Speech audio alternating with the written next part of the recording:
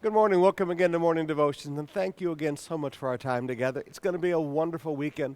Brother Avanzini is going to be preaching all weekend. He's going to be teaching out of Genesis chapter 26, holding on to the blessings that God has given you. It's a great study in the life of Isaac.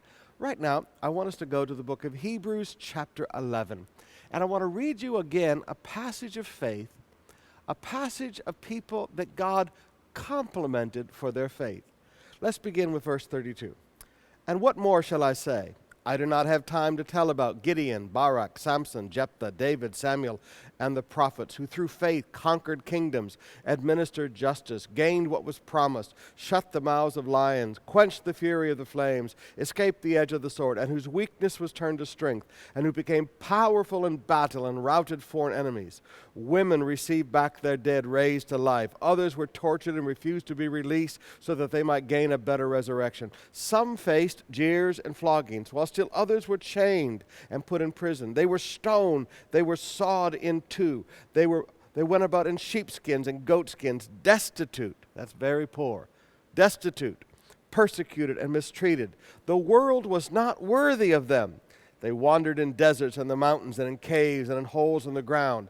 These were all commended for their faith, yet none of them received what had been promised. Yet none of them received what had been promised. Brothers and sisters, sometimes you have to go back to Habakkuk. Though the fig tree does not blossom. And he continues, though nothing happens, though nothing works, yet I will praise him. These people were complimented by God for their faith because they stood in the time of persecution. They stood in the time of pain. They lived in poverty. They lived in persecution, yet they never stopped believing. Yet they never stopped believing. Yet they never wavered in their faith.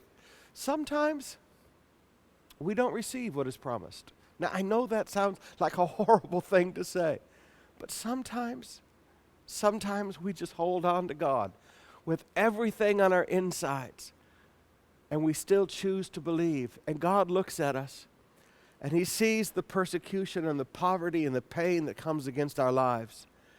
And God looks at us, and God compliments us for our faith. He looks down at us, and he says, would you look at the great faith?